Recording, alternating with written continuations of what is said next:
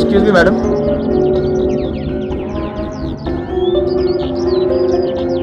ये मेरे पास कुछ प्रोडक्ट है तो आप लेंगी? नहीं लीजिए चाहिए। प्लीज सुनिए ना 2 मिनट। नहीं नहीं नहीं लीजिए।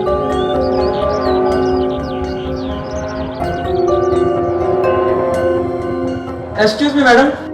Thank you madam.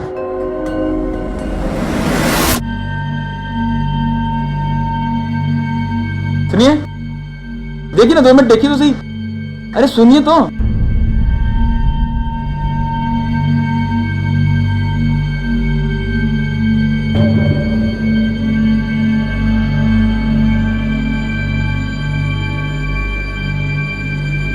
हेलो।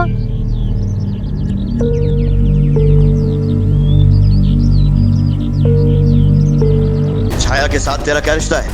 बोल। एक साधारण सा सेल्समैन जो घर घर जाकर अपना सामान बेचता है, आखिर ऐसा क्या हुआ है कि उसे मुंबई के कांदीवली पुलिस स्टेशन में पुलिस के कड़े सवालों के जवाब देने पड़ रहे हैं? आखिर क्या अपराध किया है उसने? कौन है ये छाया और इसका क्या रिश्ता है इस सेल्समैन के साथ जिसके बारे में पुलिस सेल्समैन से सवाल जवाब कर रही है? कहीं ऐसा तो नहीं है कि छाया के साथ घटी किसी घटना को अंजाम देने में इस सेल्समैन का हाथ है? आखिर सच क्या है, क्या हुआ है, क्यों मुंबई पुलिस ने इस सेल्समैन को पूछताछ के लिए बुलाया है? आइए देखते हैं आज का ये केस।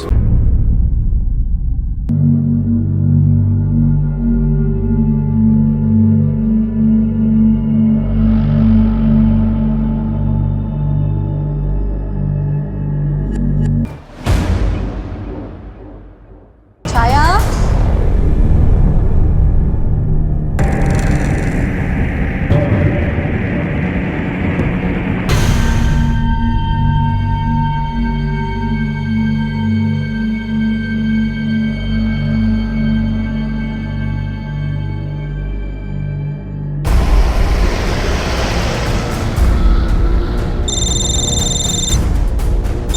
हेलो। ठीक है, हम लोग पहुंच रहे हैं। गाड़ी चारकोप की तरफ लो। मुंबई के चारकोप इलाके में रहने वाली एक टीनेज लड़की छाया की किसी ने उसके ही घर में हत्या कर दी। एक ऐसी लड़की जिसने अपनी जीवन की यात्रा की बस शुरुआत ही की थी, किसी ने उसकी यात्रा को पड़ाव पर पहुंचने से पहले ही अचानक रास्ते में खत्म कर दिया।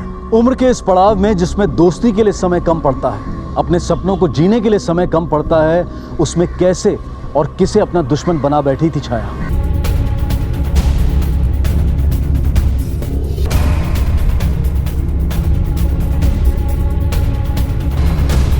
कुछ बता पाएंगी कैसे हुआ ये सब? नहीं पता किसने ये की। ये मेरी बेटी के साथ। मैं सुबह कमरे से बस आई नीचे और यहाँ देख रही हूँ तो मेरी बच्ची की लाश पड़ी थी यहाँ पर। सब जगह खून था और पता नहीं किसने मार दिया मेरी बच्ची को। सर आप कुछ कीजिए, मेरी बच्ची को मार। आपको किसी पे कोई शक है? किसी के साथ आपकी कोई दुश्मनी? नहीं। आप अकेली रहती हैं यहाँ पर या कोई और भी रहता है आपके साथ? मेरा बेटा है 5 साल का और पति भी है मेरे। दिखाई नहीं दे रहे? जी वो बाहर गए हुए हैं किसी काम से। आपके घर में इतनी बड़ी घटना हो गई और आपने कुछ चीखने चिल्लाने की आवाज़ नहीं सुनी? तांबे सर, बॉडी को जल्दी पोस्टमार्टम के लिए भेजो और आसपास पता करो किसी ने कुछ अजीब देखा या सुना है। Okay sir. बताइए। मैं रात में स्लीपिंग पिल्स लेकर सोती हूँ। सुबह उठने के बाद तो जैसे होश ही नहीं रहता। कल रात भी मुझे छाया ने दूध में डालकर स्लीपिंग पिल्स दी थी। उसके बाद वो अपने कमरे में चली गई और मैं सो गई थी। फिर सुबह उठकर देखा तो। आपने कल रात को चीखने चिल्लाने की या रोने की कोई आवाज़ सुनी? नहीं सर, मैंने कोई चीखने चिल्लाने की आवाज़ तो सुना नहीं। कल रात को इस एरिया में किसी आदमी या किसी अजनबी को देखा था? नहीं मैडम। हाँ, लेकिन मैंने ठीक से तो देख नहीं पाई, पर कोई औरत और आदमी छत पे थे। सर मैं आपसे कितनी बार कह चुकी हूँ, आधी रात को हम लोग छत पर क्यों जाएंगे? हम लोग घर पर ही थे। आपने बताया कि आप स्लीपिंग पिल्स लेकर सो रही थी। घर का दरवाजा उस समय बंद था? जी मैंने खुद सुबह दरवाज़ा खोलकर पड़ोसियों को बुलाया था। आपकी बेटी ने साड़ी क्यों पहनी थी? वो किसी शादी या फंक्शन से आ रही थी? मुझे नहीं पता सर। क्या वो साड़ी आपकी थी? नहीं, उसी ने खरीदी थी। एक 17 साल की कॉलेज गोइंग लड़की घर में साड़ी पहनकर क्या कर रही थी, वो भी आधी रात को? मुझे नहीं पता सर। सर मोबाइल फोन ये छाया का है? जी छाया ने लास्ट कॉल किसी नवीन को किया है। ये नवीन कौन है? नवीन छाया का दोस्त। नवीन, प्रकाश, पंखुरी, ये सारे फ्रेंड्स हैं। आई मीन थे। मुझे इन तीनों के एड्रेस और फोन नंबर चाहिए। मुझे जल्द से जल्द इस लड़की के पिता संजीव से मिलना है, लेकिन उसके पहले छाया के दोस्तों से मिलते हैं।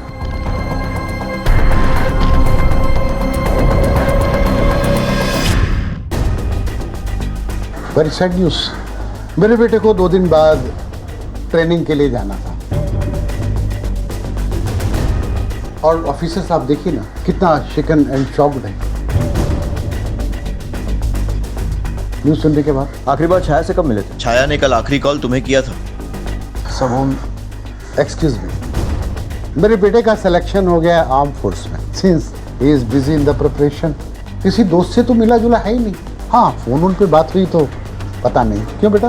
जी। अब पिछले 2 दिन से तो ये मेरे छोटे भाई के घर पे था, वो इसे ट्रेनिंग के लिए मेंटली प्रिपेयर कर रहा था। आज सुबह ही आया। छाया से किसी की दुश्मनी थी या फिर कोई ऐसा जो उसका पीछा पीछा करता हो? कभी कुछ जिक्र किया था उसने? नहीं सर, सच तो यह है कि everybody loved her. Excuse me, मेरे बच्चे को एकेडमी जाना है, उसके लिए काफ़ी कुछ तैयारियां करनी है, शॉपिंग करनी है, सो प्लीज़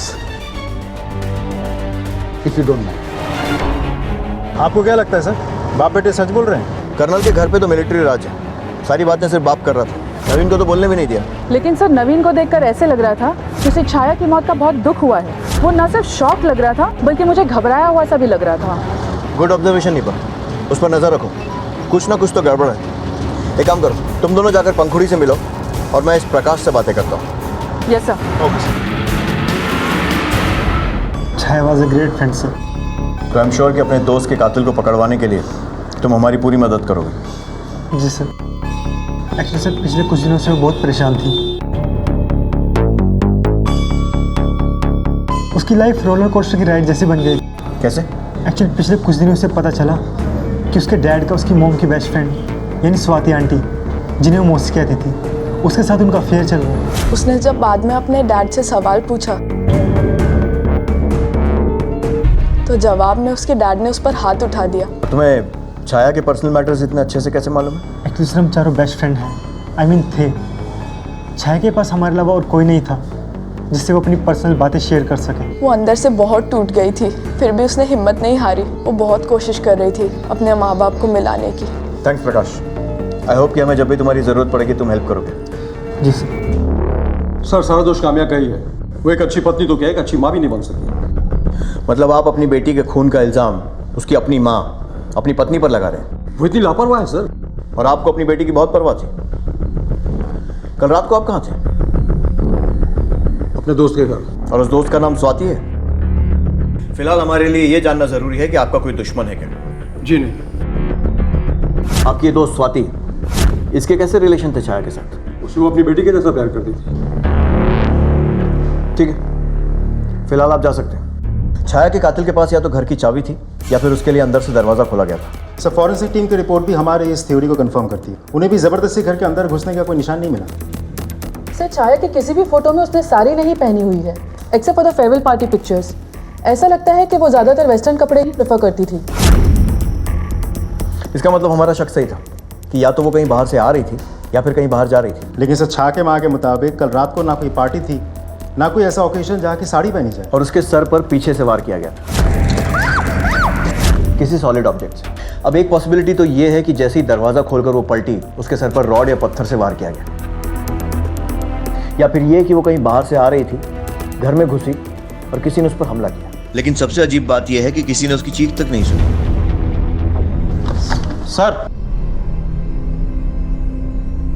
सर आपसे मिलने कोई पिको फॉलो वाला है सर। भेजो अंदर। जी सर। नमस्ते सर। नमस्ते सर। वो आज छाया बीवी की फोटो देखी अखबार में, उसमें उन्होंने जो साड़ी पहन रखी थी वो साड़ी सुबह लेके आई थी मेरे पास फॉल लगवाने के लिए, और बोली थी कि माँ को अर्जेंट चाहिए, और मैंने वो साड़ी फॉल लगा के शाम को वापस कर दी थी। मेरी बेटी की मौत के बाद मेरी मेंटल कंडीशन बिल्कुल ठीक नहीं थी। मैं बहुत ज़्यादा डिस्टर्ब हो गई थी। प्लीज़ मेरी प्रॉब्लम को समझने की कोशिश कीजिए। मुझे मेरी बेटी के चेहरे के अलावा और कुछ नज़र नहीं आ रहा था। छाया ने पीको फॉल वाले से कहा कि वो साड़ी आपकी थी, लेकिन आपने तो मना कर दिया कि वो साड़ी किसकी है आपको नहीं पता। क्या वो साड़ी आपकी थी? नहीं, उसी ने खरीदी थी। नहीं पता मुझे, वो मेरी बेटी की साड़ी नहीं, उसका कफन था। सर, छाया की प्रिलिमिनरी पोस्टमार्टम रिपोर्ट। कुछ अजीब? सर इनफैक्ट बहुत कुछ। पोस्टमार्टम रिपोर्ट के मुताबिक छाया के खून से जस्ट पहले उसने किसी के साथ इंटरकोर्स किया था। इसे रेप नहीं कहा जा सकता क्योंकि बॉडी पर स्ट्रगल के कोई निशान नहीं मिले, और साथ ही हमारे लिए ढूंढ के निकालना बहुत मुश्किल होगा कि वो किसके साथ हम बिस्तर हुई थी, क्योंकि there are no traces of semen. बुलाओ सबको। इस केस से रिलेटेड हर आदमी मुझे यहाँ चाहिए एक साथ। किसी को कुछ कहना है या फिर कुछ बताना हो जो पहले छुपाया हो या फिर गलती से भूल गए हो?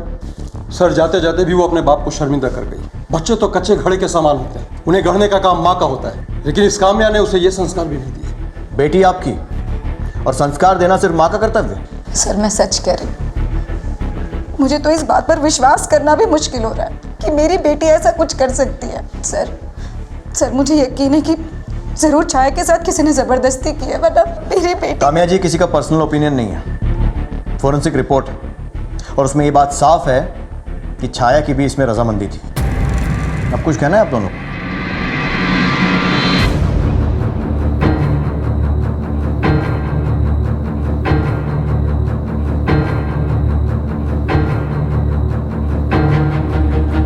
तुम दोनों का क्या कहना है इस बारे में? सर, मैंने आपसे पहले भी कहा कि मैं अपने चाचा के घर पे था पिछले 2 दिनों से। आप चाहें तो मेरे चाचा से पूछ सकते हैं। मैं सच कह रहा हूँ sir, I have no idea कि छाया उस रात किसके साथ थी। छाया का कोई बॉयफ्रेंड था? जी, वो नवीन से बहुत प्यार करती थी। सर, मैं मानता हूँ कि मेरा उसके साथ अफेयर था, पर इसका मतलब ये नहीं कि मैंने उसके साथ। हमें पता चला है कि छाया पिछले 2 हफ्तों से परेशान थी। डैड के साथ उसका झगड़ा भी हुआ था। I have no idea sir. Sir, Chhaya नहीं चाहती थी कि किसी भी हाल में नवीन को डिस्टर्ब किया जाए। नवीन एनडीए की तैयारी कर रहा था। छाया के साथ जो भी हुआ वो सिर्फ मुझे और पंखुड़ी को पता था। मतलब छाया के आखिरी वक्त तुम और प्रकाश उसके सबसे करीब थे? जी हाँ। पिछले दिनों छाया किसी नए आदमी से मिली थी या फिर किसी और से? कोई ऐसा जो अजीब लगा हो? जी हाँ सर, एक सेल्समैन था। छाया उससे मिलने अकेले जाती थी। सर, मैं और पंखुड़ी उसके साथ जाना चाहते थे, पर छाया ने मना कर दिया। हमने सिर्फ दूर से देखा था। सेल्समैन कौन? बड़े पापा, कल मेरे मैथ्स का टेस्ट है, पढ़ा दो ना प्लीज। बड़े पापा बहुत थक गए हैं आज, फिर कभी पढ़ाऊंगा। हाँ बेटा। बड़े पापा, मेरे लिए क्या लाए हो? मैं तो भूल गया, तुम्हारे लिए मैं चिक्की लाया हूँ। मैं कैसे भूल सकता हूँ बेटा? मेरा सुना बेटा, जा।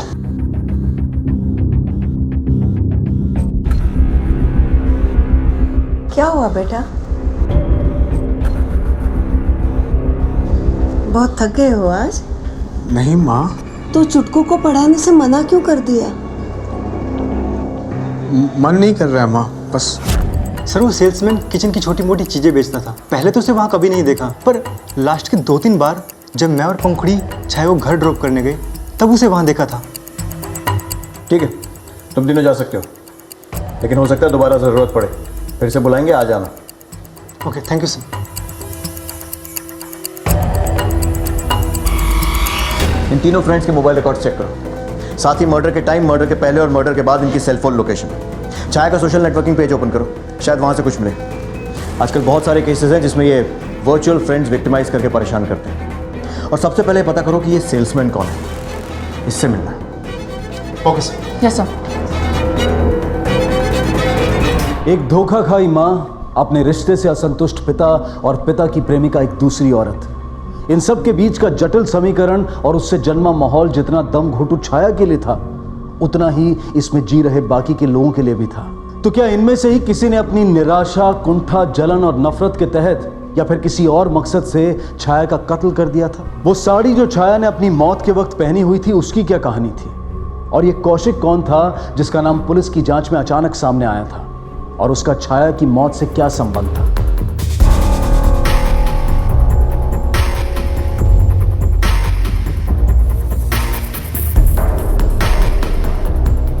छाया या फिर उसकी फैमिली के साथ तुम्हारा क्या रिश्ता है? सर, छाया की माँ ने मेरी बहुत मदद की थी। दरअसल मैं एक छोटा मोटा सेल्समैन हूँ सर। किचन का सामान घर घर जाके बेचता हूँ सर। तो उनसे एक दिन मुलाकात हुई, तब उनको पता चला कि मेरा परफॉर्मेंस कुछ ठीक नहीं है, तो उसने मेरी बहुत मदद की थी। अगर मदद माने की तो तुम उनकी बेटी से क्यों मिल रहे थे? मैम, मैंने जो भी किया वो मानवता के खातिर किया, तो फिर इसमें गलत क्या है? अगर मैं उस बेचारी की मदद नहीं करती तो उसकी नौकरी चली जाती। काम हो जाएगा ना? हाँ हो जाएगा। उसकी मदद के बगैर कैसे होता सर? मेरी कोशिशों के बावजूद मेरा सेल्स क्रैप बढ़ता ही नहीं था। मैंने अपने कुछ रिलेशंस के थ्रू उसके किचन अप्लायंसेस बिकवा दिए बस। ये लो। कौन खरीद रहा है? अरे चाचा छोड़ना, आम का गुठलियां मत गिन। पुलिस को घुमाना इतना आसान नहीं है मिस्टर कौशिक। हमारे इन्वेस्टिगेशन के हिसाब से कामिया से अब कई जगहों पर मिल रहे थे। सच बात है सर। वो जहाँ जहाँ भी जिसके पास भी डेमो के लिए ले जाती थी, मैं उनके साथ जाता था। लेकिन वो सारी जगह कॉफ़ी शॉप से गार्डन तो नहीं हो सकते मिस्टर कौशिक? मैं धीरे धीरे उनका दोस्त बन गया था, और दोस्तों से मिलना बुराई नहीं है ना। पर इससे क्या साबित होता है?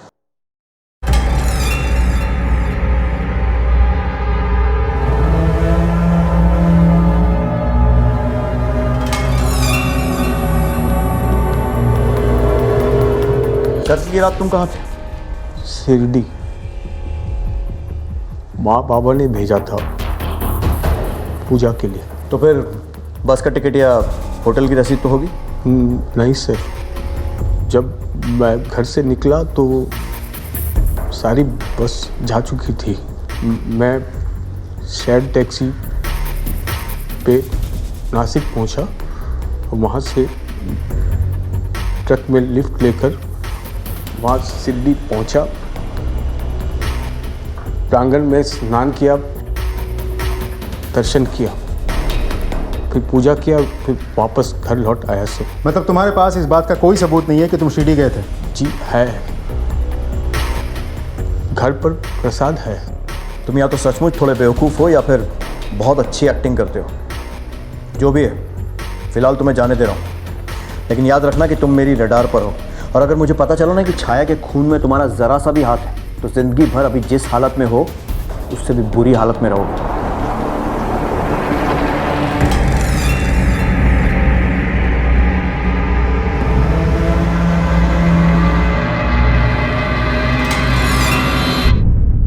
मैम, मैंने यहाँ अपनी बेटी खो दी, और यहाँ पुलिस असली अपराधी को छोड़कर मुझ पर, एक माँ पर शक कर रहा है। देखिए, हमारे शक के घेरे में आप पहले से ही थी। खून घर में हुआ था और उस वक्त सिर्फ आप घर के अंदर थी, और आपने अपने कॉल भी अगले दिन सुबह किया। इससे पूरा शक तो आप ही पर जाता है।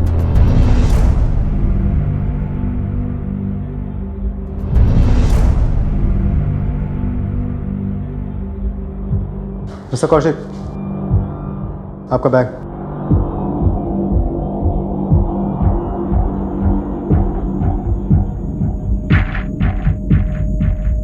सर, ये आदमी आपको मिस्टीरियस नहीं लगता? इसका हाव भाव, चाल चलन, ये वाकई ऐसा है या एक्टिंग कर रहा है? बहुत जल्द पता चल जाएगा तुम्हें। संजीव और स्वाति आगे। Yes sir. बुलाओ ना। स्वाति जी, छाया के खून की क्या वजह हो सकती है? मुझे नहीं पता सर। छाया के खून से मेरा कुछ नहीं लेना देना है सर।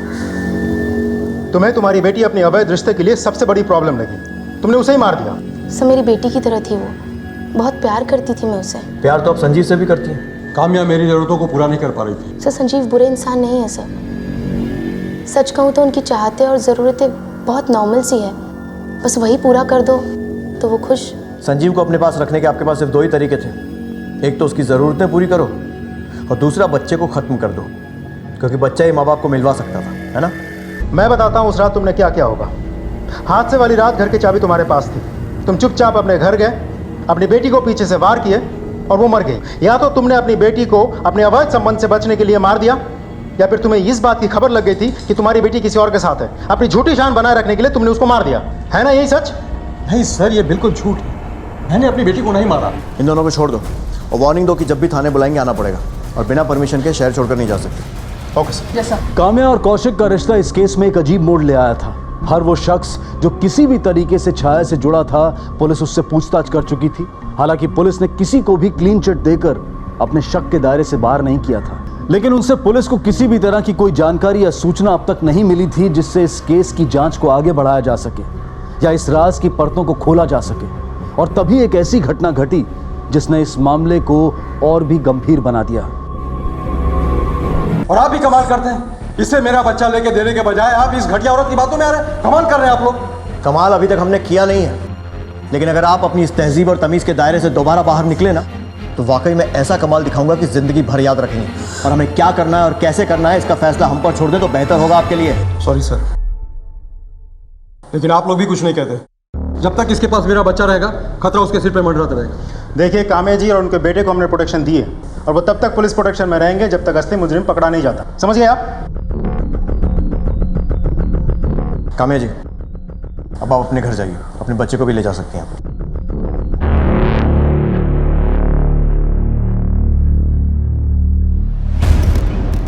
क्राइम सीन के अनुसार काम्या के उस शोल्डर पर गोली मारी गई थी जिस शोल्डर पर उसने बच्चे को पकड़ कर रखा था। अब अगर सिर्फ काम्या को मारने का मोटिव होता तो गोली दूसरे शोल्डर पर या सर पर भी चलाई जा सकती थी। सर, इसका मतलब काम्या खूनी नहीं है? नहीं पा, हमारी नौकरी में शक करना बुरा नहीं है, लेकिन शक ना करना उससे भी बड़ा गुनाह है। जब तक असली अपराधी सामने नहीं आता, हम किसी को क्लीन चिट नहीं दे सकते। हो सकता है कि काम्या ने ये सब करवाया हो ताकि वो साबित कर सके कि वो बेगुनाह है। वैसे भी आजकल 4-5 हज़ार में कोई भी गोली चलाने को तैयार हो जाता है। दूसरी पॉसिबिलिटी ये है कि संजीव ने ये करवाया हो किसी सुपारी किलर को हायर करके। और एक थ्योरी ये भी है कि शायद उसने जानबूझकर उस शोल्डर पर गोली चलवाई जिस पर काम्या ने बच्चे को पकड़ रखा था, ताकि हमें ये लगे कि टारगेट काम्या नहीं बल्कि सिर्फ बच्चा है। लेकिन वो फिर भी अंडर इन्वेस्टिगेशन है और सस्पेक्ट भी। शायद वो भी हमें यही विश्वास दिलाना चाहता है कि क्योंकि वो अंडर इन्वेस्टिगेशन है वो ऐसा कुछ नहीं करेगा। सर, स्वाति भी तो हो सकती है। हमने ऐसे कितने केसेस देखे हैं जहाँ पे माँ बाप लड़ झगड़ कर अलग होना चाहते हैं, लेकिन फिर बच्चों की वजह से रीयूनाइट हो जाते हैं। तुमने स्वाति और संजीव को देखा है? जब भी वो एक दूसरे के बारे में बात करते हैं, दोनों एक दूसरे से बहुत मोहब्बत करते हैं। सो तब तो इस बात की काफ़ी पॉसिबिलिटीज़ हैं कि उसे इस बात का डर हो, क्योंकि अगर उसके पिता वापस आ जाते वो उसे मना लेते। फिर उसने सिद्धांत पर हमला करवाया ताकि वो भी मर जाए और फिर संजीव के पास वापस लौटने का कोई रास्ता ही ना हो। और फाइनेंशियली भी वो संजीव के ऊपर डिपेंडेंट है, ना तो उसकी कोई नौकरी है ना प्रॉपर्टी। और अगर संजीव उसके हाथ से निकल जाएगा तो उसकी हालत ख़राब हो जाएगी। और सर, छाया के दोस्त, क्या उनका इसमें हाथ हो सकता है? Why not? अच्छी खासी फैमिलीज को बिलोंग करते हैं, वो भी किसी सुपारी किलर को हायर कर सकते हैं हमारे इस इन्वेस्टिगेशन को ऑफ ट्रैक करने के लिए। और इन सभी सस्पेक्ट को छोड़कर कोई और भी तो हो सकता है सर। हो तो सकता है, लेकिन कौन?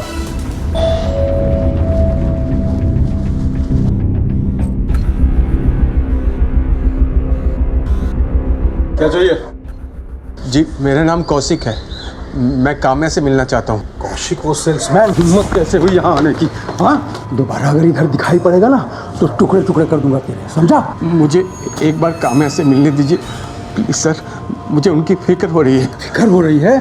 साले पति के रहते तुझे मेरी फिक्र। ये आप क्या कर रही? छोड़ दीजिए इस बेचारे को। आ गई लैला मजनू को बचाने के लिए। चल।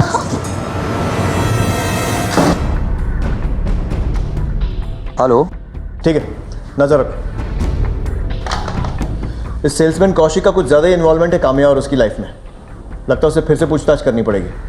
अगला क्लू शायद वही देगा हमें। उठाकर लेकर आऊँ सर? नहीं, उससे पहले उसके साथ काम करने वाले किसी को लेकर आओ। कोई ना कोई तो होगा जो उसके बारे में कोई नई इन्फॉर्मेशन देगा। ये डोर टू डोर सेल्समैन जोड़ियों में काम करते हैं। पता करो उसका जोड़ीदार कौन है और बुलाओ उसे। सर, वो ज़्यादातर वक्त काम्या के साथ गुजारता था। ये तो हमें भी पता है कि काम्या अपनी शादीशुदा ज़िंदगी से परेशान थी और कौशिक उसका दोस्त है। सर, एक किचन का सामान बेचने वाले को कौन औरत अपना दोस्त बनाएगी?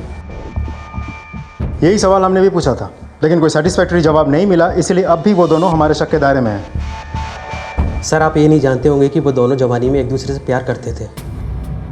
आप चाहे तो उनके माँ बाप, भाई भाभी, कौशिक और काम्या सभी से कन्फर्म कर सकते हैं। सर, ये बात सच है कि हम एक दूसरे से प्यार करते थे, लेकिन मैम, आप किस लेकिन की बात कर रही है? आप सीधे सीधे मेरे चरित्र पर सवाल उठा रही है। यहाँ मैंने अपनी बेटी खो दी, मेरे बेटे पर हमला हो गया, और आप मुझसे मेरे अतीत के बारे में सवाल पूछ रही हैं। उस हादसे को कैसे भूल सकते हैं सर?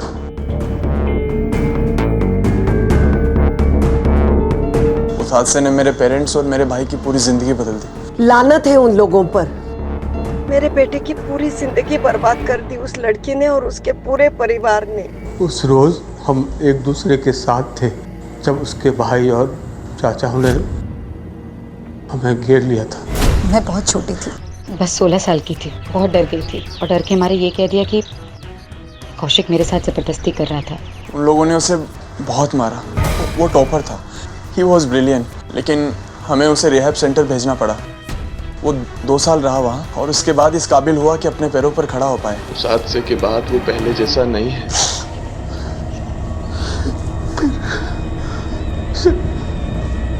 तकरीबन 18 साल बाद हम मिले। मैडम, मैं आपको हमारे प्रोडक्ट्स दिखाता हूँ। ये सारे प्रोडक्ट्स किचन के। तुम कौशिक हो ना? नासिक में रहते थे, एमजी रोड के पास।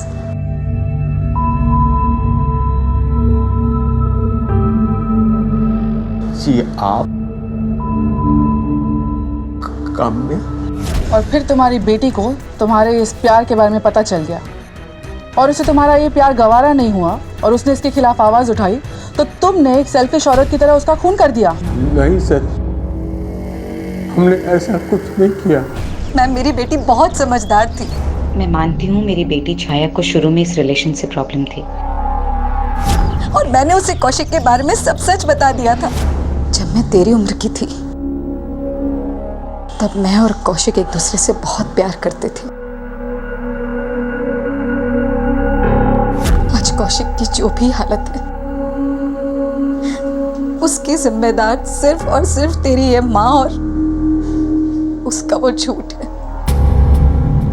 मैं कौशिक से दोबारा नहीं मिलूंगी, नहीं मिलूंगी मैं।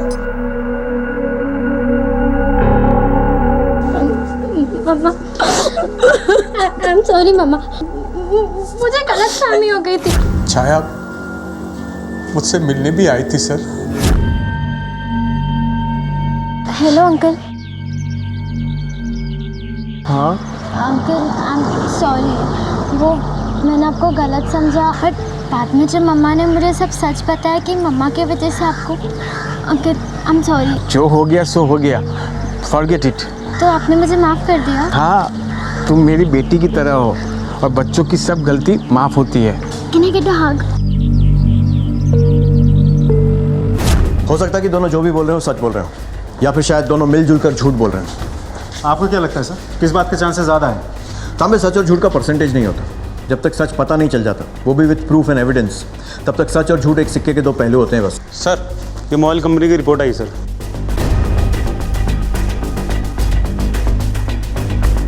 नवीन झूठ बोल रहा था कि कत्ल वाली रात वो अपने अंकल के घर था। बुलाओ उसे। Naveen, you have a bright future and I am sure कि तुम समझ गए हो कि मैं क्या कहना चाह रहा हूँ। इसलिए आज तुम झूठ नहीं बोलोगे, वरना हमें सच उगलवाना आता है। देखिए इंस्पेक्टर, आज आप कुछ नहीं बोलेंगे प्लीज। आज सिर्फ तुम बोलोगे। स्टार्ट। मैं बताता हूँ सर, सही सच है कि छाया ने मुझे अपनी सारी परेशानियों से दूर रखा था और मेरे सारे फ्रेंड्स ने भी। लेकिन सर, जब मुझे पता चला कि मेरा सिलेक्शन हो गया तो मैं अपने आप को रोक नहीं पाया। नवीन, हम लोग पुलिस वाले हैं, तुम्हारे फ्यूचर से खिलवाड़ नहीं करेंगे, बशर्ते तुम कानून से खिलवाड़ नहीं करो।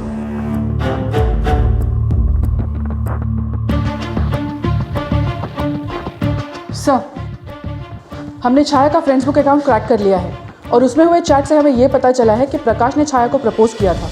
वो उसे बहुत चाहता था, लेकिन जब छाया ने उसे अपने और नवीन के अफेयर के बारे में बताया तो उसने उससे माफ़ी मांगी और उनका दोस्त बना रहा। चलो।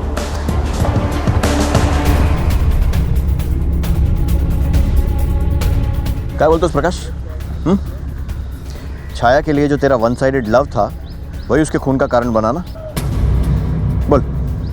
जब तुझे पता चला कि छाया नवीन से प्यार करती है तो जलन तो हुई होगी, ऑब्वियस है, तू भी नॉर्मल इंसान है।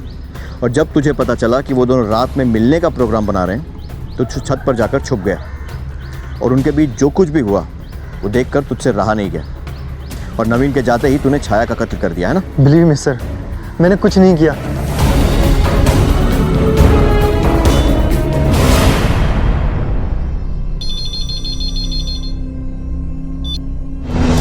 हेलो सर, मेरा बेटा सिद्धांत कहीं नहीं मिल रहा मुझे। मैंने बाहर खेलने जाने के लिए मना किया था उसे, लेकिन वो पीछे के दरवाजे से चला गया। मैंने आसपास हर जगह पता कर लिया, लेकिन उसका कोई पता नहीं है यहाँ। प्लीज मेरे बेटे को बचा लीजिए। मैंने संजीव से भी पूछा सिद्धांत के बारे में, लेकिन उन्हें भी कुछ नहीं पता। छाया की हत्या के बाद उसके छोटे भाई सिद्धांत पर जानलेवा हमला हुआ और अब वो गायब था।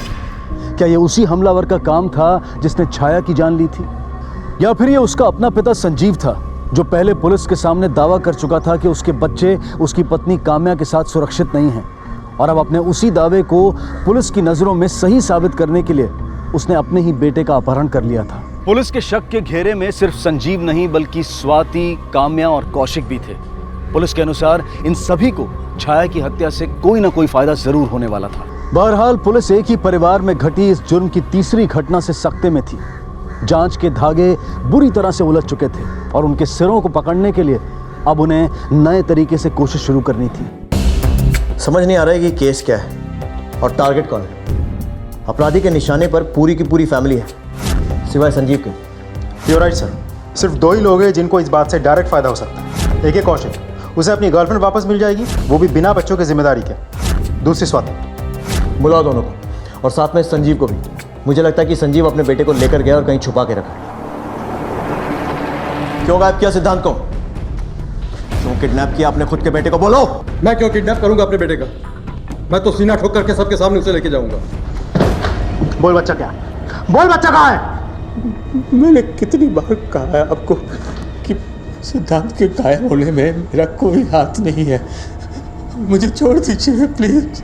तूने ही उसका अपहरण किया है ना, और अब तो उसको मारने का प्लान बना रही है ना? बता, बोल। मेरा विश्वास कीजिए मैडम, मैं झूठ नहीं कह रही, प्लीज। आप मेरे पति संजीव को छोड़ दीजिए। वो एक्चुअली मेरा बेटा घर आ गया है, शायद रास्ता भटक गया था, इसलिए बड़ी मुश्किल से घर लौटा है। काम्या जी एक बार आपके बेटे से मिलना चाहेंगे। नहीं सर, एक्चुअली अभी वो सोया हुआ है। आप कल बात कर लीजिएगा। हेलो। काम्या के घर के बाहर एक कांस्टेबल तैनात है ना? Yes sir. उसे खबर कैसे नहीं हुई कि बच्चा लौटा है? मैडम जी, सिद्धांत बाबा अंदर कब लौटे? मैं तो बाहर ही था, मैंने देखा नहीं। वो जिस रास्ते से गया था उसी के पीछे के दरवाजे से वापस आ गया, अभी सो रहा है। क्या मैं उसे एक बार देख सकता हूँ? देखिए प्लीज़, आप सुबह से पहले उसे डिस्टर्ब मत कीजिए। और मुझे मेरे बेटे से मिलना है। आप चाहिए यहाँ से, बहुत सहेली आपको और आपकी हरकतों को। अरे सुनो तो। सर ऐसा भी तो हो सकता है कि बच्चा वहाँ आया था लेकिन सावन मिस कर दिया। नहीं Tambe, there is something wrong. Kamya का फोन सर्वेलेंस पर है ना? Yes sir. कोई रैंसम कॉल आया? No sir. हमें उसके घर के अंदर जाकर चेक करना होगा, लेकिन उसकी जानकारी के बिना। कैसे कर सकते हैं? सर मेरा एक आदमी है। अगर तुम चाहती हो कि तुम्हारा बेटा सही सलामत घर लौट आए तो तुम्हें बिना पुलिस को खबर किए हमारे पास आना होगा। अगर थोड़ी भी चूक हुई तो याद रखना तुम्हारे सिद्धांत का भी वही हाल होगा जो तुम्हारी बेटी का हुआ था।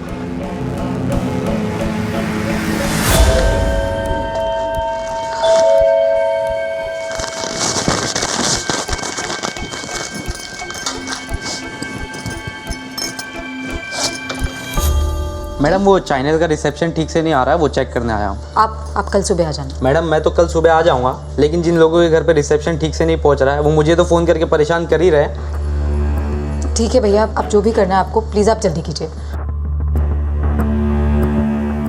मैडम यहाँ से तो ठीक है, अगर आप एक बार ऊपर जाके टेरेस पे चेक कर लेंगे कि केबल कहीं कटा तो नहीं है तो अच्छा होगा।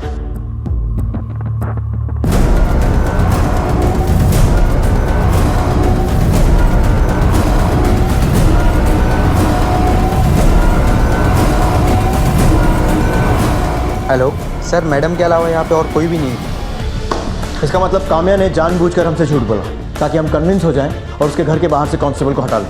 लेकिन क्यों सर? उसके घर के बाहर आसपास आगे पीछे सब जगह अपने आदमी लगा दो, लेकिन सादी वर्दी में, और कांस्टेबल को हटा लो जैसा वो चाहती है। Okay sir.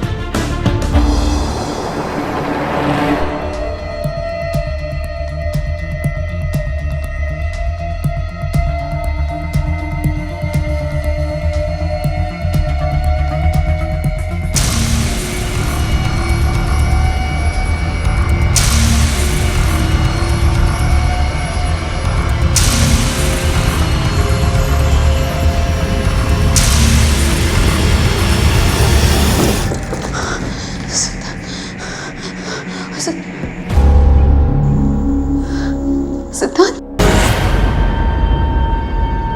इस कामया की वजह से मेरे बेटे कौशिक की जिंदगी तबाह हो गई। आप नहीं जानते मेरा बेटा कितना होशियार, कितना गुणी था, टॉपर था वो सर, लेकिन इस कामया की वजह से उसकी पूरी जिंदगी खराब हो गई। आपने कभी अपने जवान बेटे की सेवा की है? उसकी पॉटी साफ की है? मैंने की है। बिल्कुल बच्चा बन गया था वो, फिर उसे रिहाब भेजा। लेकिन ये औरत फिर उसकी जिंदगी में आ गई। मेरा बेटा जो बड़ी मुश्किल से अपने कदमों पर खड़ा रहने की कोशिश कर रहा था, उसके कदम फिर से लड़खड़ाने लगे। अपने नौकरी पर ध्यान देने के बजाय उसके साथ ज्यादा वक्त गुजारने लगा। उस औरत को मारने के इरादे से हम उसके घर गए थे। उस लड़के ने उस दिन वही साड़ी पहनी थी जो कौशिक ने हमसे छुपकर कामया के लिए खरीदी थी। फिर हमने किसी तरह देसी कट्टे का इंतजाम कर दिया। काम हो जाएगा ना? हाँ हो जाएगा। लेकिन गोली चलाते वक्त फिर हमारे पास कोई चारा नहीं था, इसलिए हमने उसके बेटे को किडनैप कर दिया ताकि हम उसे बुलाकर नज़दीक से शूट कर सके। हम कोई और चांस नहीं लेना चाहते थे, मगर आप लोग आ गए। और एक बात बताना चाहता हूँ आप दोनों को, सुनने के बाद शायद जेल में थोड़ी राहत रहेगी। आपका बेटा अपना भला बुरा अच्छी तरह समझ सकता है, और कामया को भी जो कुछ हुआ उस पर पछतावा है। वैसा कुछ नहीं होगा जैसा आपको अंदेशा है।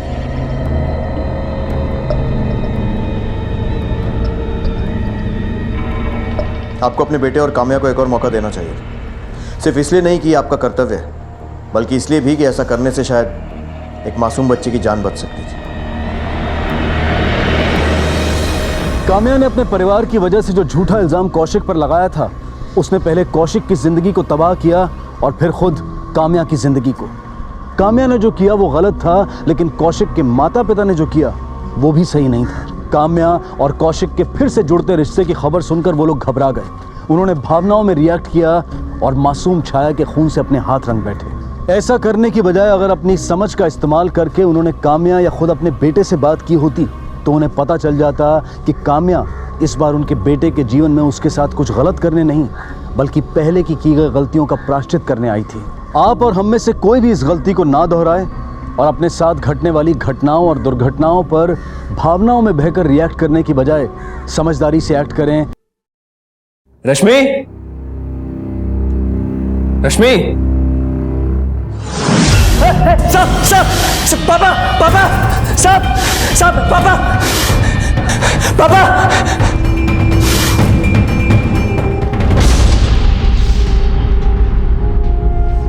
मैया की जय, जय, जय, जय, जय, जय, जय, जयपुरी देवी, जयपुरी देवी, चमत्कार हो गया। ये देखिए, रश्मि बिटिया ने ससुराल में कदम रखते ही नागिन मैया का रूप धारण कर लिया है। सोमनाथ बाबू, आपकी बिटिया साक्षात नागिन मैया के रूप में दर्शन दे रही है।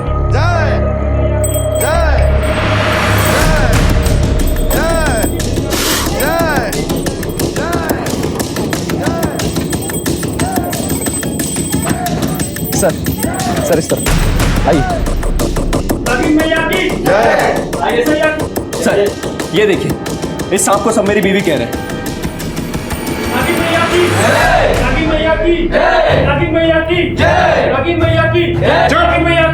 बंद करो ये ढोंग। ठाकुर, सबको बाहर लेके जाओ। चलिए आप लोग बाहर निकलिए।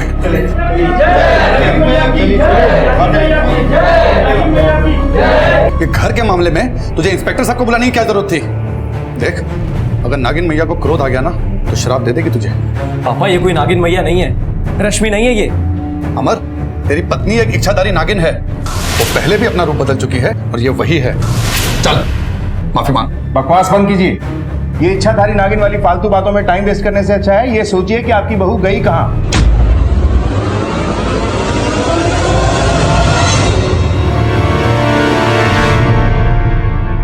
नमस्कार, आदाब। क्राइम पेट्रोल डायल 100 में आप सबका स्वागत है। एक नई नवेली दुल्हन अपनी सुहाग की सेज से अचानक गायब हो जाती है और उसकी जगह पर एक सांप पाया जाता है। बिहार के समस्तीपुर जिले के इस गांव के लोग तो इस घटना से हैरान होने की बजाय खुश थे और इस अजीबोगरीब घटना को अपना सौभाग्य मान रहे थे। गांव वाले क्यों रश्मि को एक इच्छाधारी नागिन मान रहे थे? कौन सा जुर्म रश्मि के नागिन के रूप के पीछे अपना फन फैला रहा था?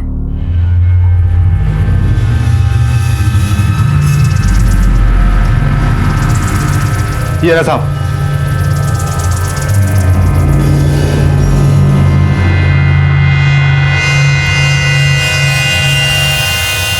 सर पापा हमें बचपन से बताया करते थे कि रश्मि इच्छाधारी नागिन है, पर सर हमने कभी देखा नहीं क्योंकि हम 7 साल की उम्र में ही शहर पढ़ने चले गए थे।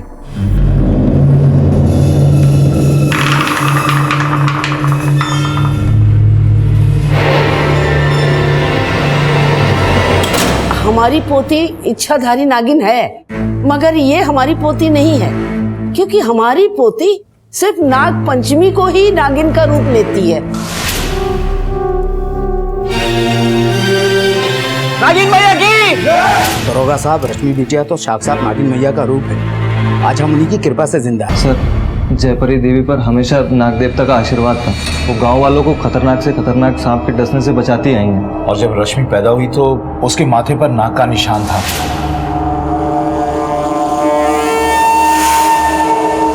तो सब लोग जान गए कि ये नाग देवता का आशीर्वाद है जयपरी देवी को। माई सही कह रहे हैं साहब, हमारी बिटिया नाग पंचमी को ही नागिन का रूप धरती है। दरोगा जी, रश्मि तो साक्षात देवी है। हमने तो उसे हर साल नागपंचमी के दिन नागिन मैया के रूप में बदलते देखा है। तुम जानते थे कि गांव वाले रश्मि को इच्छाधारी नागिन मानते हैं, तो उससे शादी क्यों की? अरे पगला गए हो क्या? शादी नहीं कर सकता? अरे 4 किताबें क्या पढ़ ली, अपने आप को बहुत होशियार समझने लगे हो। रश्मि बिटिया जो है ना, नागिन मैया है, नागिन मैया। लक्ष्मी जी खुद घर चल कर आना चाह रही हैं और तुम ठुकरा रहे हो उसे। पापा ये सब बकवास है, हम नहीं मानते इन सब चीजों में। थप्पड़ लगाएंगे तो लाइन पर आ जाओगे। सर अकेली औलाद हूं, माँ भी नहीं है जिसकी आगे इज्जत कर अपनी बात मनवा लेता। फिर पापा का अच्छा खासा कारोबार है गांव में, उसे छोड़कर हम कहां जाते? इसलिए हमें पापा की बात माननी पड़ी।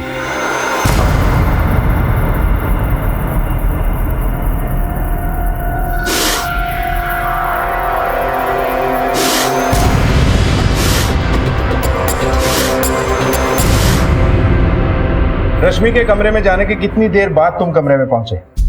सर यही करीब 8-10 मिनट बाद।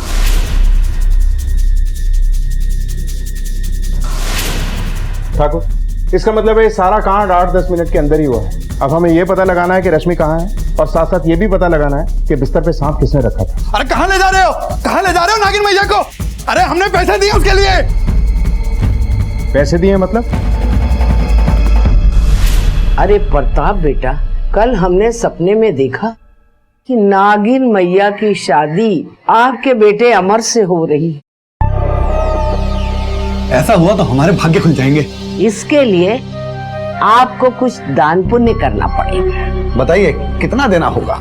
15 लाख।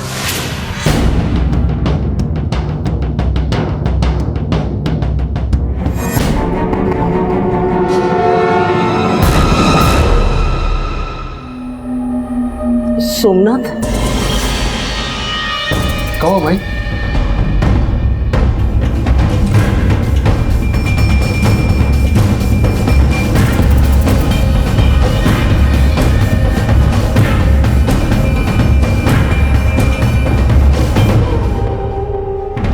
सोमनाथ, हो गया सत्यानाश। ठाकुर, पूरे घर की एक बार फिर से अच्छे से तलाशी लो। चल।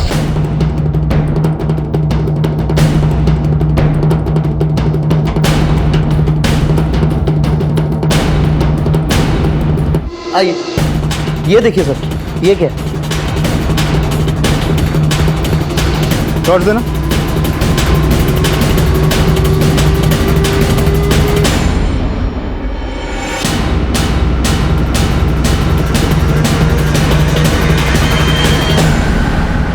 पैरों के निशान काफी बड़े हैं। रश्मि का नहीं हो सकता, आदमी का लगता है।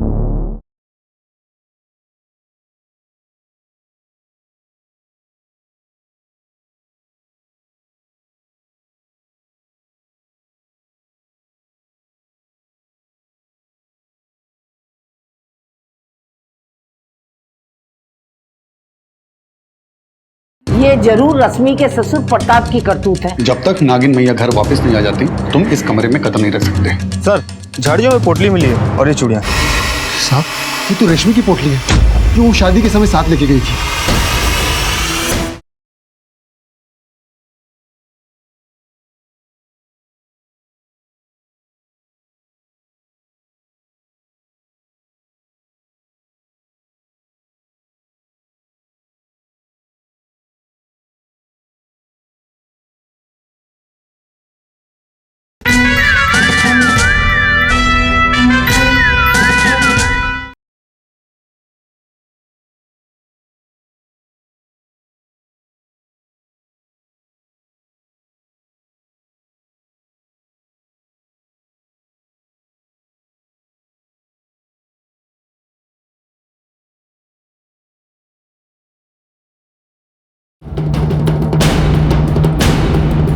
आइए, ये देखिए सर, ये क्या है? टॉर्च देना।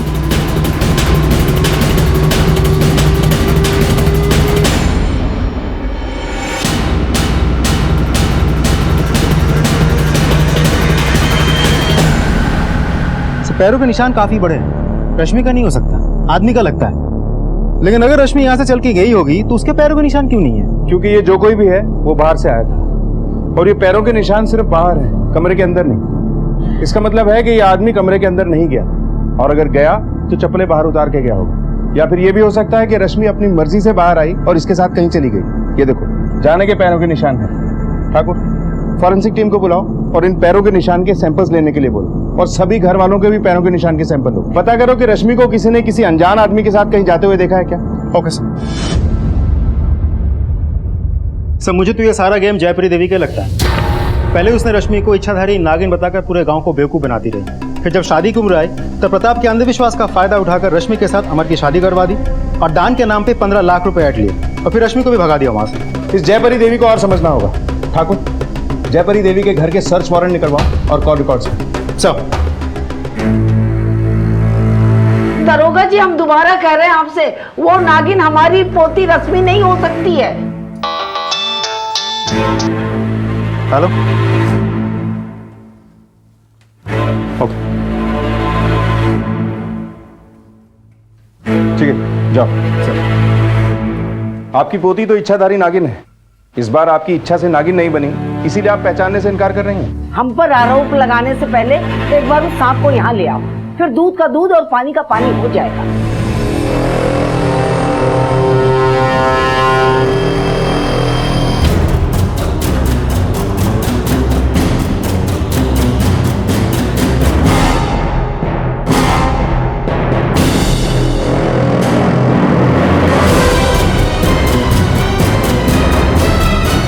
दरोगा जी, ये हमारी पोती रश्मि नहीं है। क्यों? क्योंकि ये नाग है, नागिन नहीं। हमारी पोती रश्मि के साथ जरूर कोई साजिश हुई है। सर, पूरा घर छान मारा पर रश्मि नहीं मिली।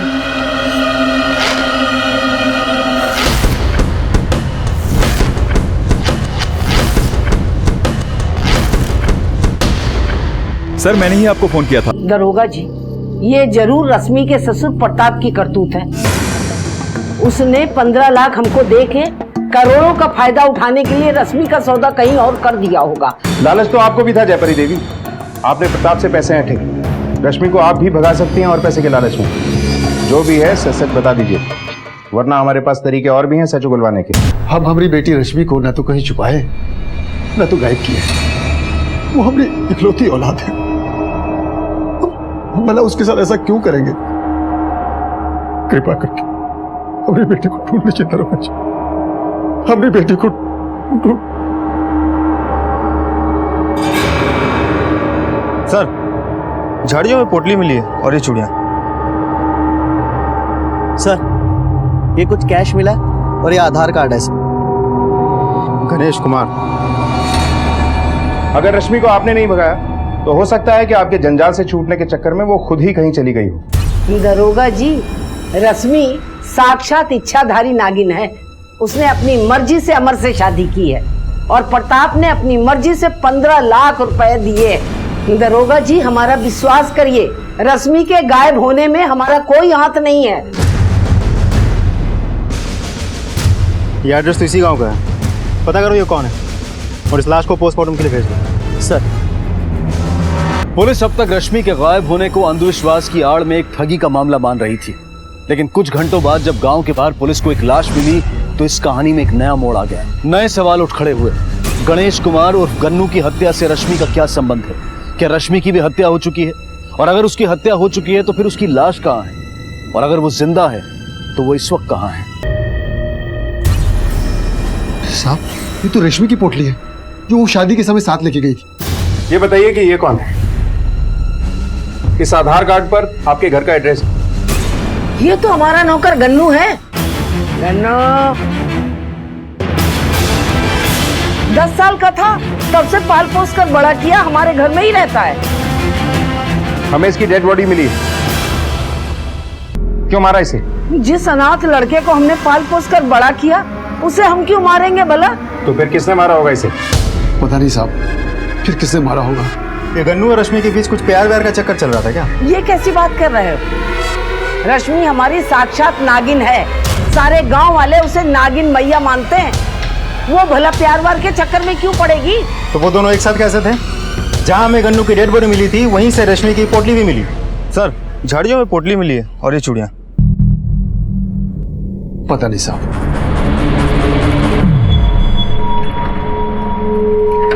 पापा, ये आप क्या कर रहे हैं? जब तक नागिन मैया घर वापस नहीं आ जाती तुम इस कमरे में कदम नहीं रख सकते। लेकिन पापा, आपको कैसे पता कि वो वापस आएगी? सर, हमने जयपुरी के कॉल रिकॉर्ड चेक कर लिया, कुछ भी खास हाथ नहीं लगा। एक और बात सर, प्रताप के घर से जो नाग मिला है वो जहरीला नहीं है।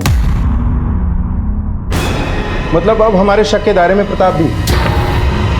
इस प्रताप के भी कॉल रिकॉर्ड से करवाओ और इसके पीछे खबरी लगा दो। Okay sir. और जिन चप्पलों के निशान हमें प्रताप के घर से मिले थे वो गन्नू के चप्पलों से मैच करते हैं। और कमरे में भी रश्मि के साथ कोई जबरदस्ती के निशान नहीं मिले। इसका मतलब है कि रश्मि अपनी मर्जी से गन्नू के साथ भाग रही थी और रास्ते में किसी ने गन्नू को मार दिया। सर, ऐसा भी तो हो सकता है कि रश्मि ने ही गन्नू को मारा हो। कुछ तो है गन्नू और रश्मि का राज। गांव वालों से दोनों के बारे में पूछताछ करो। Okay sir.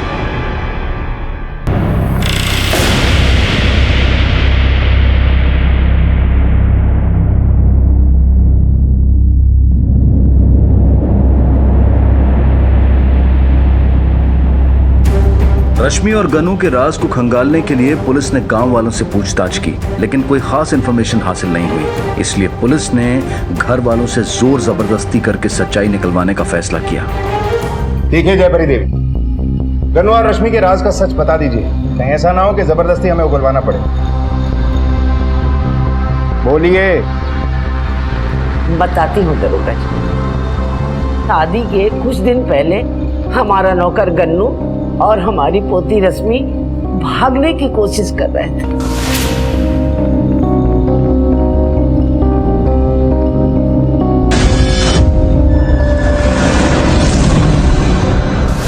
उस रात माई को पहली बार पता चला रश्मि और गन्नू एक दूसरे से बहुत प्यार करते हैं। आप ही बताइए दरोगा जी, हम अपनी देवी की शादी एक नौकर से कैसे कर देते जिसके माँ बाप का और जात पात का अता पता नहीं था? हमने रश्मि को समझाया था, तू देवी है रश्मि, सारा गांव तुझे पूछता है, तू गन्नू से शादी करेगी तो क्या इज्जत रहेगी हमारी और तेरे पिताजी की। अगर तू शादी करना चाहती है हम करवाएंगे तेरी शादी ऐसी जगह जिसके तू लायक है।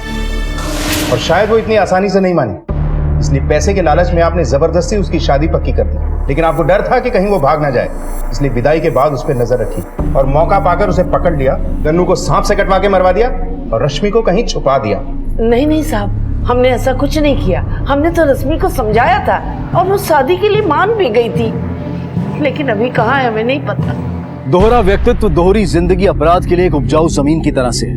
रश्मि को गायब हुए कुछ समय बीत गया था, लेकिन जयपरी देवी की बातों से ऐसा लग रहा था कि वो अब भी झूठ बोल रही है। वो अब भी रश्मि के इच्छाधारी नागिन रूप का आडंबर बनाए हुए थी।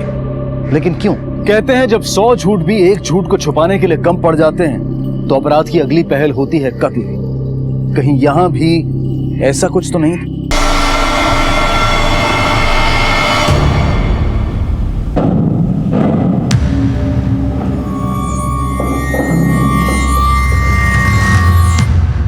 सर, गन्नू के पोस्टमार्टम रिपोर्ट से पता चला है कि उसकी मौत रात के तकरीबन 9:15 से 10:15 बजे के बीच हुई थी, वो भी सांप के काटने से। लेकिन गौर करने वाली बात यह है कि सांप ने उसे पीठ पे काटा था, पैर पे नहीं। तो ऐसा भी हो सकता है कि वो दोनों भाग रहे थे, गन्नू गिर गया और आसपास से कोई सांप आके उसे काट लिया। ये सब इतना भी आसान नहीं है ठाकुर, क्योंकि ये केस सांप के इर्द गिर्द घूम रहा है। रश्मि का गायब होना और फिर ये गन्नू की मौत भी सांप के काटने से हुई। ये भी हो सकता है कि किसी ने मारने के इरादे से गन्नू के ऊपर सांप को फेंका और रश्मि को लेकर भाग गया। एरिया में जितने भी सपेरे हैं सबसे पूछताछ करो, पता करो कि पिछले कुछ दिनों में किसी ने उनसे कोई सांप लिया है क्या। Okay sir.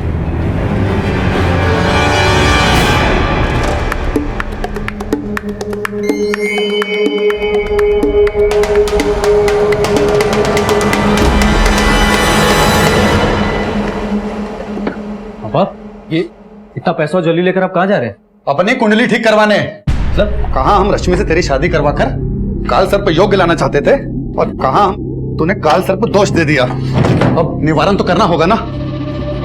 तो जैसे नालायक बेटे से तो उम्मीद लगाना बेकार है। तूने पुलिस बुलाकर हमारी जिंदगी को स्वाहा कर दिया, स्वाहा।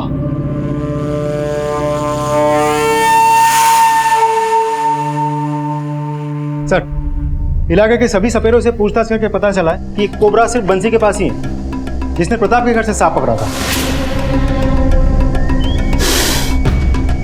लेकिन हैरानी वाली बात यह है सर, बंसी भी गायब है। मतलब रश्मि के गायब होने और गन्नू के मर्डर के प्लान में इन लोगों ने बंसी सपेरे से ही सांप को लिया होगा। ठाकुर, जो पोटली हमें गन्नू की लाश के पास से मिली थी, हो सकता है कि रश्मि उसी में सांप को लेकर गई और मौका देखते ही सुहाग की सेज पर सांप को छोड़कर वहां से चली गई, ताकि लोगों को लगे कि उसने नागिन अवतार ले लिया। सर, यह भी तो हो सकता है कि बंसी को उनके प्लान के बारे में पता हो और उसने रश्मि के इच्छाधारी रूप के लालच में उस रात दोनों को बीच में ही दबोच लिया हो और फिर जहरीले सांप से गन्नू को मरवा दिया हो। रश्मि की पोटली की भी जांच करवाओ, पता तो चले कि उसमें सांप था भी या नहीं। और ये भी पता करो कि ये बंसी कहाँ है। सब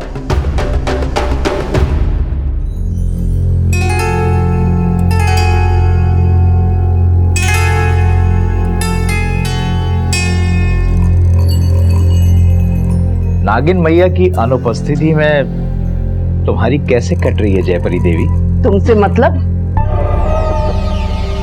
कहीं ऐसा तो नहीं कि हमसे जलकर बदला लेने के लिए हमारी पोती को अगवा कर लिया हो?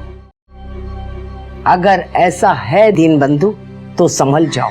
एक बार हमने दरोगा जी को तुम्हारा नाम दे दिया तो तुम्हारी सारी हेकड़ी निकल जाएगी। ये जो तुम तड़प रही हो ना जयपरी देवी, ये देखकर हमें बड़ी तृप्ति मिलती है। अब तुम्हारी पोती रश्मि तो है नहीं, तो तुम्हारे सारे भक्त अपने कष्ट निवारण के लिए हमारे पास ही तो आएंगे। एक बार हमारी रश्मि को आ जाने दो, फिर हमारी ताकत बढ़ जाएगी। हमारी शुभकामनाएं तुम्हारे साथ हैं जयपरी देवी।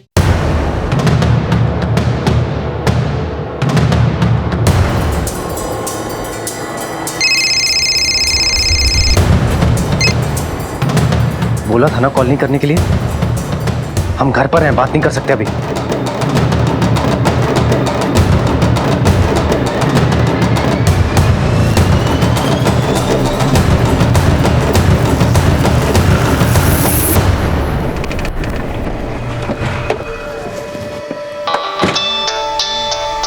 साहब, जयपरी देवी और दीनबंधु की खबर है।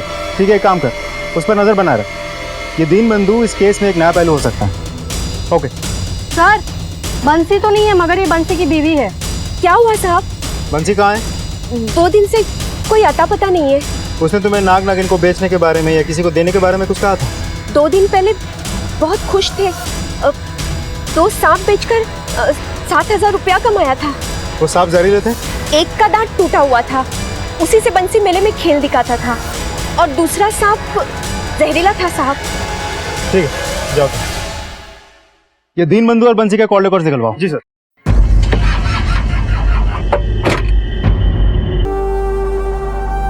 तुम्हारे चक्कर में पड़ के हम अपना बेटे का जिंदगी बर्बाद कर दी है। जिंदगी भर तुम्हारी इच्छाधारी नागिन के ढोंग में हमारी बेटी अकेलेपन का शिकार हो गई। जवानी में अपनी मर्जी से कुछ करने को सोची तो भी तुम फुसला दी। चुप रहे, बहुत सुनी तेरी बकबक। क्या था हमारे यहाँ? न जमीन न जायदाद, घानी भर रुपया देकर तेरा स्कूल में क्लर्क की नौकरी दिलवाई थी। अरे रश्मि को इच्छाधारी नागिन ना बनवाते तो क्या करते?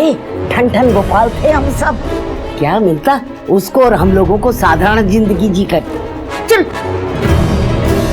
दुनिया के लिए रश्मि नागिन मैया थी, सबके दुखों का निवारण करने वाली, सबको खुशियां देने वाली। लेकिन उसकी अपनी जिंदगी एक कठपुतली की तरह थी, जिसकी डोर जयपरी के हाथों में थी। आजादी और खुशियां रश्मि से कोसों दूर थी। बचपन क्या होता है, दोस्त क्या होते हैं, गुड्डे गुड़ियों का खेल क्या होता है, ये रश्मि कभी जान ही नहीं पाई। और शायद गन्नू के साथ उसका प्रेम भी उसके भक्तों को पसंद नहीं आया, जिसकी सजा गन्नू को मौत के रूप में मिली। अब पता नहीं रश्मि के लिए कौन सी सजा तय की गई थी। सर, रश्मि की पोटली के टेस्ट रिपोर्ट से कंफर्म हो गया, उसमें साफ था। और बंसी के कॉल रिकॉर्ड से कुछ मिला? सर, 25 तारीख को रात के तकरीबन 9:45 से 10:45 बजे के बीच बंसी के मोबाइल के कॉल लोकेशन उसी एरिया पर ट्रेस की गई है जहां हमें गन्नू की लाश मिली थी। और करीब 9:30 बजे उसने संजय को फोन किया। संजय दीनबंधु का इकलौता बेटा।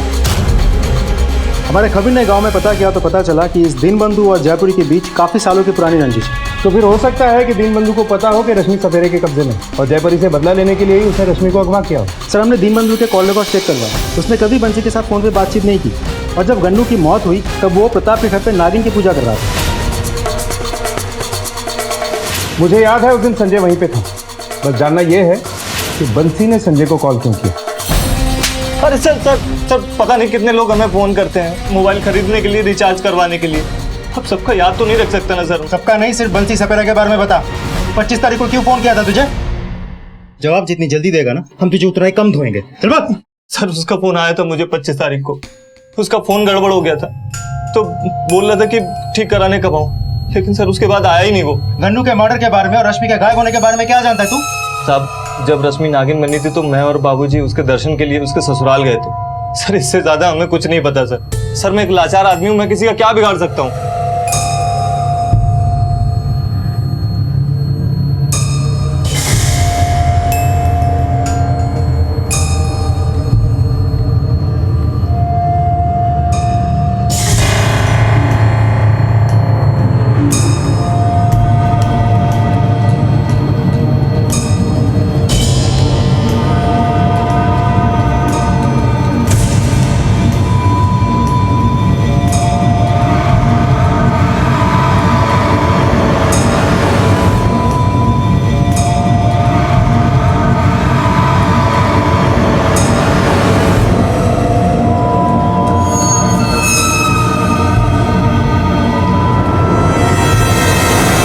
मेरे हिसाब से इस बंसी सपेरे ने ही गन्नू का मर्डर किया और रश्मि को किडनैप किया है। सब बंसी ने कोबरा सप्लाई किया है। शायद बंसी को गन्नू और रश्मि के प्लान के बारे में पहले से ही पता था, जिसका फायदा उसने उठाया। तो ऐसे भी हो सकता है कि बंसी ने रश्मि को पैसों की लालच में अपने पास कैद करके रखा हो, ताकि लोगों के अंधविश्वास का फायदा उठाकर ये और पैसे बना सके। प्रताप, हो सकता है प्रताप ने पैसे के लालच में 15 लाख रुपए में जयपरी से रश्मि का सौदा किया।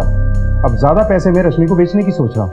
सर, हमने गांव में पता किया है, दीनबंधु और जयपरी के बीच सालों से गांव में पावर गेम चल रहा है। तो ऐसा भी हो सकता है कि रश्मि को रास्ते से हटा के दीनबंधु गांव वालों को फिर से जयपरी की तरफ से अपने तरफ खींचने की कोशिश कर रहा है। इस सब में एक शख्स पे तो हमारा ध्यान गया ही नहीं, अमर।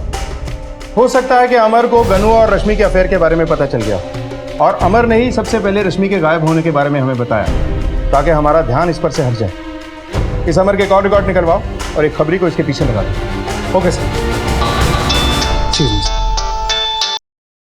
Hello, lottery? मतलब बंसी शायद किडनैपर या रश्मि को बेच के जो पैसे मिलने वाले थे उनके बारे में बात कर रहा हूं। पॉसिबल है सर। हो ना हो, इस केस में बंसी भी इन्वॉल्व था, इसी वजह से उसका खून भी हुआ। लेकिन सर, ये कर कौन सकता है? वही जिसने बंसी को इस काम की कीमत दी और जिसे गन्नू और रश्मि के भागने के प्लान के बारे में पता था।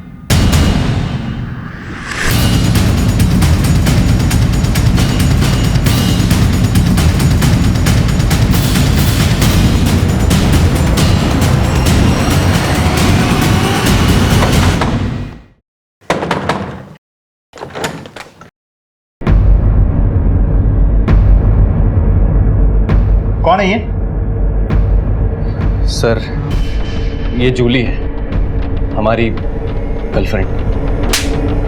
तेरी बीवी वहां लापता है और तू यहाँ दूसरी औरत के साथ। चल सर, सर। यह केस विचित्र नहीं पेचीदा बन गया था। रश्मि के दैविक जीवन में कुंडली मारकर लालची, मौका परस्त और धोखेबाज लोग भरे हुए थे। लेकिन इनमें से किसके लालच का शिकार हो गए थे गन्नू और रश्मि? गन्नू के कत्ल की परिस्थितियां और रश्मि का सुहाग की सेज से गायब हो जाना एक बात की ओर इशारा कर रहा था कि खून किसी करीबी ने किया था। पर सवाल यह था कि वो करीबी अपना कौन सा स्वार्थ सिद्ध करना चाहता था। सर सर सर, देखिए, हमने कुछ नहीं किया है। हमने ना ही तो रश्मि को किडनैप किया है और ना ही गन्नू को मारा है। लेकिन जिसने रश्मि और गन्नू को भगाया था, हम उसे जानते हैं।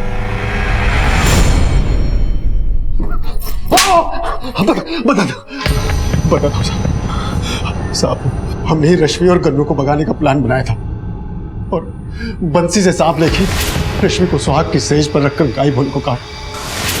हम अपनी बच्ची की खुशी चाहते थे साहब, लेकिन माही ऐसा नहीं चाहती थी। माही ने उसकी शादी अमर से तय कर दी। शादी से कुछ दिन पहले अमर हमसे मिला था।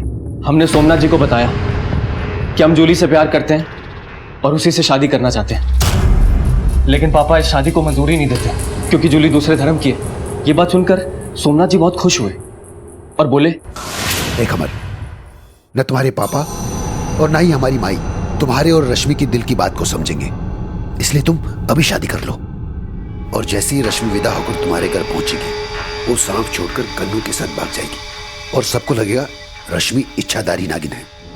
उसने नागिन का रूप लिया है और इसके चलते हमारी माई अपनी इज्जत बचाने के चक्कर में चुप रहेगी और तुम्हारे पापा नागिन को देखकर इस बात से गदगद रहेंगे कि अब उनके घर खूब लक्ष्मी आएगी। फिर तुम मौका देकर प्रताप जी से जूली के साथ शादी की बात करना। तुम जब इस पूरे प्लान के भागीदार थे तो पुलिस में रिपोर्ट क्यों लिखवाई? उस रात सांप को देखकर हमें अचानक ख्याल आया कि कहीं पापा अपने अंधविश्वास में हमारी दूसरी शादी होने ही ना दे। हम बहुत डर गए थे साहब, इसलिए हमने चिल्ला दिया कि सांप है और पुलिस में जाकर कंप्लेंट करवा दी, ये सोचकर कि अगर आप आएंगे तो पापा को विश्वास हो जाएगा कि उनके साथ 420 हुई है। लेकिन सब खेल उल्टा पड़ गया।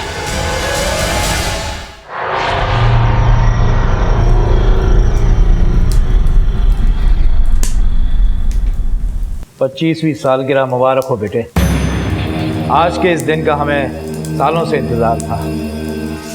आज तेरा उद्धार होगा।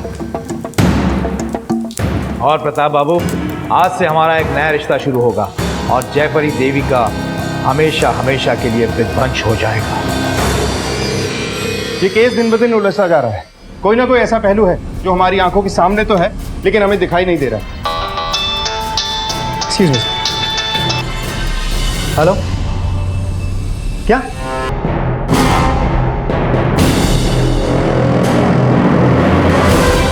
साहब, ये पैसे बली के पैसे नहीं है साहब। ये तो हम और दीनबंधु जी मिलकर रश्मि के नाम का मंदिर बना रहे थे, उसी के लिए थे, ताकि जो पैसे हमने रश्मि के जाने पर गंवाए थे उन्हें वसूल कर सकूं। बाबूजी आज नाग नागिन की शादी कराकर इस नागिन की बलि चढ़ाना चाहते थे।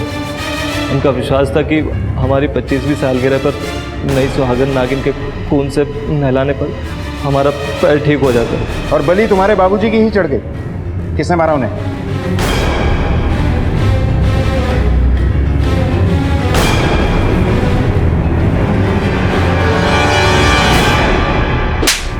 चुप क्यों?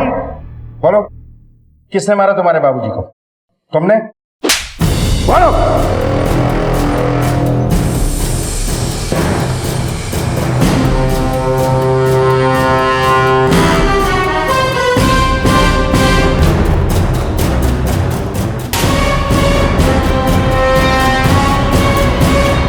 सर, ऊपर वाले कमरे से ही सब मिला। रश्मि का ही लगता है। ये सब छुपा रहा था? मतलब ये सारा कांड तेरा किया धरा है? बोल, रश्मि यहाँ कैसे आई? और अब रश्मि कहाँ है? या उसकी भी बलि चढ़ा दी अपने बाबूजी की तरह? बोल! नहीं सर, रश्मि को हम शादी की रात लाए थे, लेकिन वो जिंदा है सर, और उसी ने ही हमारे बाबूजी का खून किया है सर। रश्मि भाग के अपने घर ही गई होगी, जाके चेक करो। सब अब सच बोलेगा?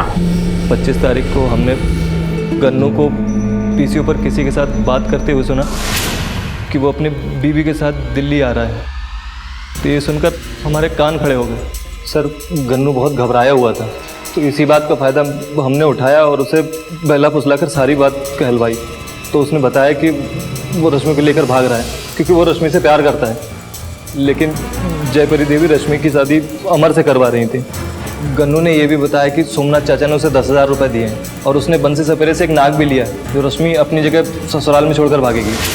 सर, रश्मि अगर हमारी ना हो सकी तो कम से कम उस नौकर गन्नू की तो नहीं होने देता, लेकिन इससे अच्छा मौका हमें कहाँ मिलता। हमने सोच लिया था कि गन्नू को मरवा के रश्मि को अपने कब्जे में कर लेंगे। तो देखते हैं कि रश्मि हमें कैसे मना करती है। इसलिए हमने बंसी सपेरे को, इसलिए उस रात बंसी ने हमें फ़ोन किया था ये बताने के लिए कि काम हो गया है।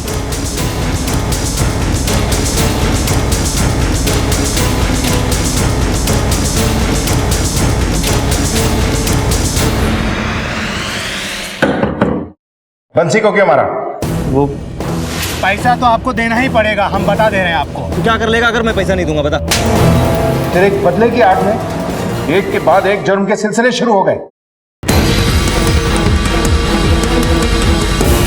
रश्मि, रश्मि, तू आ गई। बेटा, भगवान का शुक्र है। मैं तो सोच भी नहीं सकती थी कि तेरे बिना क्या होगा।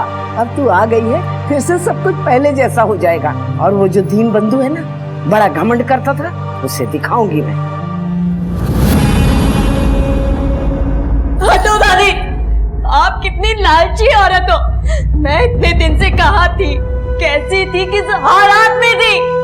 ये सब पूछने की बजाय आपको सिर्फ अपने पैसे कमाने की बड़ी है। आपको मेरी कोई फिक्र ही नहीं है। मैं जा रही हूँ।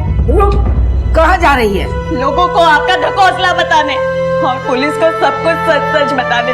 बस दादी, मैं अब आपके धोखे के खेल का और हिस्सेदार नहीं बनना चाहती। देखा जाए तो आधुनिक समाज के परिवेश में हम सब एक दोहरी जिंदगी जी रहे हैं। रश्मि बचपन से ही एक इच्छाधारी नागिन की दोहरी झूठी जिंदगी जी रही थी और जयपरी देवी अपने लालच को परिवार की तरक्की का नाम देकर दोहरे मापदंड अपना रही थी। सोमनाथ दिल में भले ही अपनी बेटी से बहुत प्यार करता हूँ, लेकिन बेटी पर हो रहे अत्याचार के लिए माँ के खिलाफ कभी आवाज नहीं उठा पाया और हमेशा माँ की गलतियों में उसका साथ देता रहा। अंधविश्वास का चश्मा पहने गांव वाले नागिन मैया के आशीर्वाद से अपनी जिंदगी संवारना चाहते थे, लेकिन कोई ये नहीं देख पाया कि एक बच्ची से उसका बचपन छिन रहा था।